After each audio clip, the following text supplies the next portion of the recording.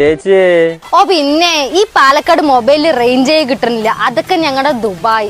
എന്റെ ചേച്ചി നമ്മുടെ പാലക്കാട് മുഴുക്കനെ 5G ആണ്. എന്താ റേഞ്ച്, പന അവസരത്തിലാണ് ഓരോ ടവർ. 5G ഞങ്ങളുടെ ദുബായില് 90G ആണ്. 90G ഇല്ലേ റേഞ്ച് പതുന്ന് വരുമ്പോ 5G തൊരയായി വരുമ്പോ 90G എന്ന് പറയും. തൊരാന്ന് വരണെങ്കിലേ ടവറിന് തോറ്റില് പിടിക്കണം. എന്താ അത്? അല്ല മണിയേട്ടാ, ചിലപ്പോ ശരിയായിരിക്കുന്നത്. അവിടെ അങ്ങനെ മരുഭൂമിയല്ലേ, ചൂട്ടത്ത് എല്ലാം തൊരാന്നല്ലേ പുക. അല്ല പാറു ചേച്ചി, ഈ ദുബായ്ക്കാരെ എന്തിനാണ് ഈ ഹബീബി പറയണത്?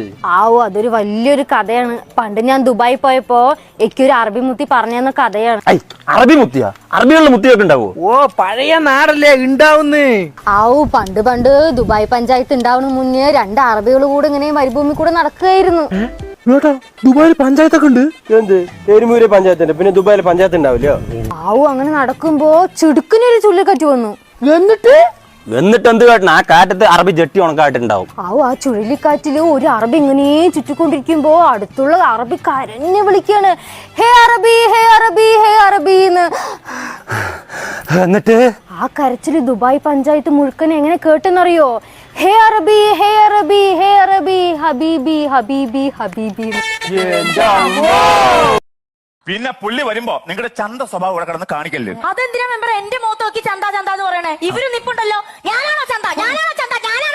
ചെറിയൊരു സംശയം ഉണ്ടായിരുന്നു, ഇപ്പൊ ഉറപ്പായി.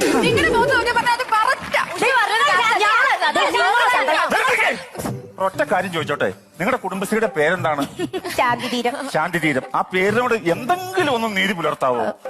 വെറുതെ കിടന്ന് അലമ്പുണ്ടാക്കണം. പുള്ളി വരുമ്പോ മര്യാദക്ക് പഠിച്ചെടുക്കാൻ നോക്കണം. പുള്ളി വരട്ടെ, കാണിച്ചു കൊടുക്കാം എന്നത് എന്റെ കഴിവ്. ഭൂമിക്ക് ഭാരമായതൊന്നും ഈ വീട്ടിലും വേണ്ട, നാട്ടിലും വേണ്ട. നിങ്ങൾ ഇന്ന് തന്നെ ഇറങ്ങ്, ചെല്ല് പോ. എന്തോ വായും പൊളിച്ച് നിൽക്കുന്ന പോ, ഇറങ്ങ് പോ. ഇനി നിന്റെ മുന്നിൽ ഒരു ആണും പെണ്ണും കെട്ടവനായിട്ട് ജീവിക്കേണ്ട കാര്യമില്ല. ശരി, ഇറങ്ങുന്നു. ഇപ്പൊ തന്നെ ഇറങ്ങുവാടി. ഇറങ്ങ്. എന്തോ വിളിച്ചായിരുന്നു? ഇല്ല, വിളിച്ചില്ല. ചെല്ല്, ആരും വിളിച്ചില്ല. ഞാൻ പോവും. പോ. ഓക്കെ. പിന്നെ 8 മണി കഴിഞ്ഞ് ചോറിനകത്ത് വെള്ളം ഒഴിക്കാവൂ. അതെന്തിന്? ഒരു 7:15 ഞാൻ വരും. എന്റെ പൊന്നെ, എന്റെ തലവിധി. അല്ല എന്ത് പറയാ? തലവിധിയുടെ കാര്യം പറഞ്ഞപ്പോ ഈ അടുപ്പത്ത് വെച്ചിരിക്കുന്ന തലക്കറി എന്തോ ആടി? അത് കരിഞ്ഞിട്ടുണ്ടാവും. തെകള കരിഞ്ഞാണ്ടല്ലോ. നിന്നെ ഇടിച്ചു ഞാൻ പാട്ട് ഞാൻ പറഞ്ഞേക്കാം.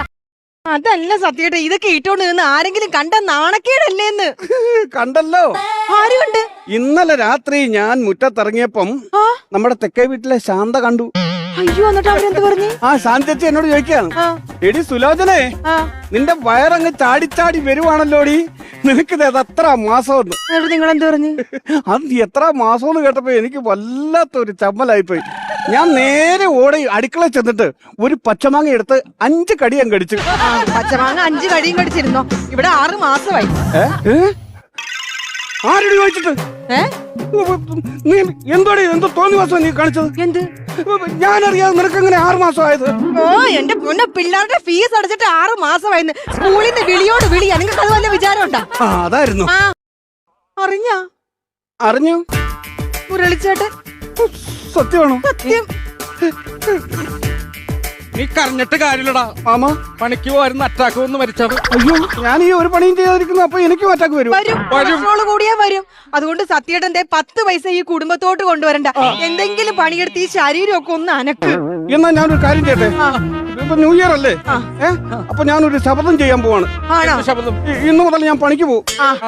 അങ്ങനെ ശബ്ദം ചെയ്താൽ പോരാ. എല്ലാ ന്യൂ ഇയറിനും ഇത് പറഞ്ഞുകൊണ്ട് ഈ വീട്ടിൽ നിന്ന് ഇറങ്ങാറുണ്ട്. ഈ പ്രാവശ്യം എന്റെ തലയെ തൊട്ട് സത്യം ചെയ്യണം. എന്തിനാ മാമ അതിന്റെയൊക്കെ ആവശ്യമുണ്ടോ? പറഞ്ഞാ പറ്റില്ല, സത്യം ചെയ്യണം. എന്നാ ഞാൻ ഇവിടെ തലയെ തൊട്ട് സത്യം ചെയ്യും. പ്രിയ സ്നേഹനിധിയായ എന്റെ ഭാര്യയും ഭാര്യയുടെ അച്ഛനും കേൾക്കുന്നതിന് വേണ്ടി ജനുവരി 1-ാം തീയതി മുതൽ മടത്തിൽപ്പറമ്പിൽ മാധവന്റെ മകൻ സത്യനാഥൻ പണിയെടുത്ത് ജീവിക്കാൻ തീരുമാനിച്ചിരിക്കുന്നു. ഇത് സത്യം. പിന്നെ അച്ഛൻ എന്തോ പറഞ്ഞെന്നറിയോ? അവിടെ ചെന്ന് കഴിഞ്ഞാ അക്കാമ കിട്ടിയ രക്ഷപ്പെട്ട് നമ്മള്. എന്റെ കർത്താവേ, ഒരു അക്കാമ്മയെ കിട്ടാൻ പറ്റുന്ന പറഞ്ഞപ്പോ നിങ്ങളുടെ മോന്റെ ആർത്തി കണ്ടതല്ലേ? ചോദിച്ചായ എനിക്ക് എന്തെങ്കിലും കുറവുണ്ടോ? ഒരു 10 വയസ്സുള്ള കുറവ് നിനക്കുണ്ട്. അതല്ല പിന്നെ ജോയിച്ചാന്റെ അടുത്ത് ഞാൻ ഒരു കാര്യം പറയാൻ വേണ്ടി ഇരിക്കുകയായിരുന്നു.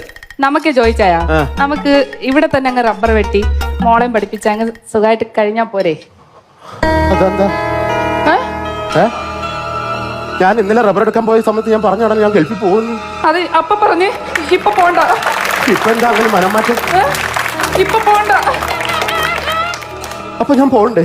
ഒരു പോണ്ട എനിക്ക് കൊടുത്താടാ. പോകണ്ട പോകളെ അതല്ല. അപ്പൊ ഞാൻ പോകണ്ട. വേണ്ട പോണ്ട. നീ എന്നെ ഗൾഫിൽ പോകാൻ വിടത്തില്ല. ഞാൻ പറഞ്ഞേ പോണ്ട പോണ്ട പോണ്ട. നീ എന്നെ വിടത്തില്ല.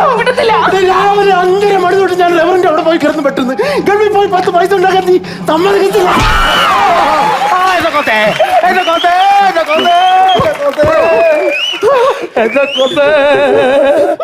അമ്മച്ചി എനിക്ക് എന്തോ ഉണ്ട് അമ്മച്ചി. നിനക്ക് അതല്ല എനിക്ക് എന്താ പറ്റിയമ്മ? നിനക്കല്ലടാ പറ്റിയത്. 38 വർഷങ്ങൾക്ക് മുമ്പ് നിന്റെ അപ്പച്ചനും എനിക്കാണോ പറ്റിയത്? എനിക്ക് പോണം.